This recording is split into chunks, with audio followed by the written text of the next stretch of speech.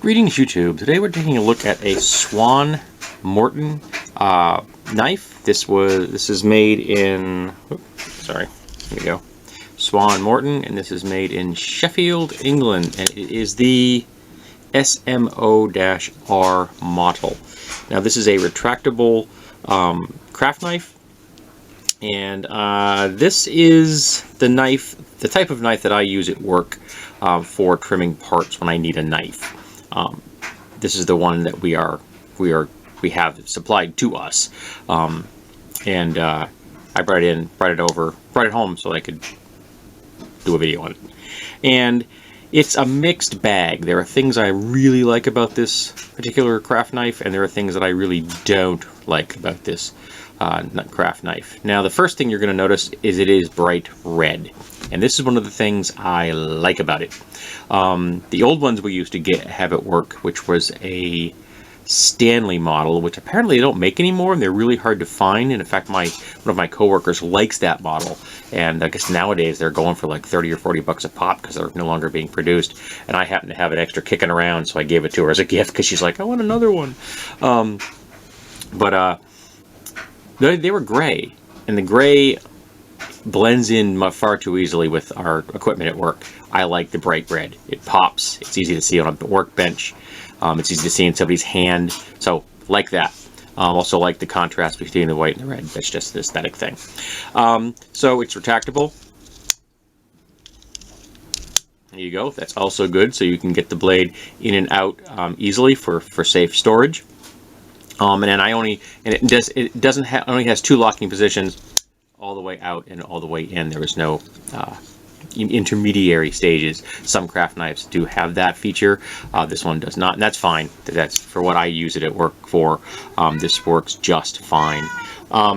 And the type of blade that we use is like this. It's essentially a Wharncliffe design, and it's perfect for the things that we use craft knives for. So again, good design.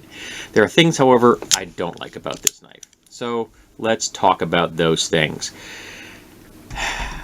Oh, we have a cat who's decided to come help us. All right. So you notice this thing right here. This is the locking mechanism. So positive, it needs no tools. You turn this, device comes out. So you just go like this, and little thing comes out. It's a T. You can now take the knife apart. Boom, you're now apart. So you can change a blade without needing any tools at all, which is a nice feature. I don't like having some craft knives out there require a use of a screwdriver to open them, and that can be problematic because not everybody has screwdrivers on them. Not everybody carries a utility knife with them everywhere. I mean, a multi-tool with them everywhere they go, like I do. But it's yes, meow. So no tools. That's a positive. However, you notice right there, that's shiny silver. In fact, it's shiny silver on 3 sides. Do you know why it's shiny silver on 3 sides? Because I filed it to make it shiny silver on 3 sides. Because when you take this out of the package, it's got the red enamel coating on that little flange here. And if it has that on there, once you install the blade, you normally can't retract the blade because the combination of the blade with the coating on this little flange jams up the knife. So that's a problem. So I have to file that thing off. And again, fortunately, while I'm at work, I have a utility knife. I have a multi-tool which has a file, so I can file them up, and I can then get the utility knife to work. I've lost count of the number of times I have helped the coworkers who do not have multi-tools on them to file their knives so that the blades would become retractable so they can safely store them. So that's a bad thing. You can store blades in here if you want to. I never do, but that's a possibility. Now you notice this right here, this loop right there, that's where the flange and the blade fit into. So the blade is going to be here, and that flange is going to fit on top of it. Now this knife is made out of aluminum, and the most likely spot on this knife to break, and take this from personal experience, is this loop right here. And once this loop breaks, The only way you can hold your knife together if you tape it closed, and then it is no longer retractable. So that's a bad thing. The old Stanleys we used to use, they were steel, not aluminum. And I personally feel that the weight savings is not worth it. I would prefer these had been made from steel. Now, the other thing I don't like about it is this. As I said, this is the non-tool locking device that holds the knife together. You'll note that this is a very odd shape. You're never going to find this shape anywhere else except in association with this tool. It's a proprietary piece. And these are incredibly easy to lose. They can get loose and just fall off your knife. And if they roll under a machine, you're never seeing them again. And once you lose this, the only way to hold your knife together is if you tape it closed. Wrap tape around it to hold the handle together, and then you can no longer retract the knife. So that's a bad thing. I don't like proprietary parts like this. At least if you have a part that does use a screw, in theory you could go get a screw of the same thread and put a new screw in that knife to get it to work if you lose the screw that comes with the knife. With this, you lose this, you're out of luck. So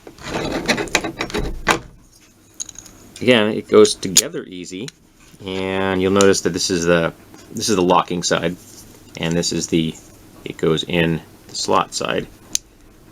Sorry. There you go. Lock. There you go. So now you're all back together again. So like I said, this knife is a mixed bag. Bright red, no tools, retractable blade, only opens and locks, only locks and closes in one position. That can be considered negative by some people. It has a proprietary part. That's a definite negative in my book. This part here can break, making the knife useless unless you tape it together. You lose this thing, the only thing you do is tape it together. So yeah, I can't say I really recommend this utility knife, this craft knife.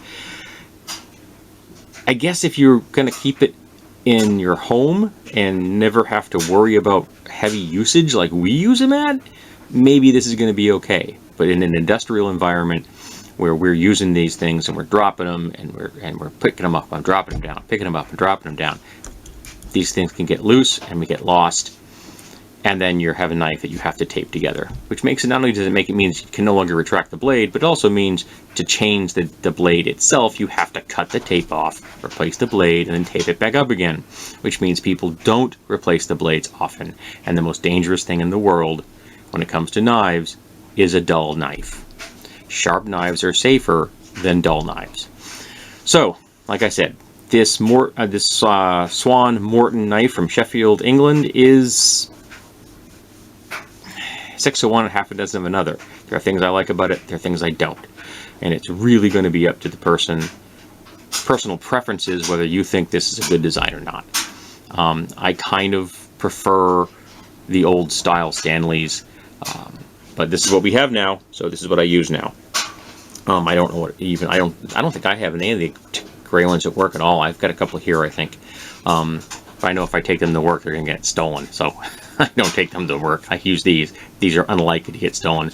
I still make sure mine goes back in the toolbox every day, because if you leave any tool lying around at my company, even if it has your name engraved on it, it's going to walk away on you. So, this has been the Swann-Morton crafting knife or utility knife, the SMO-R model.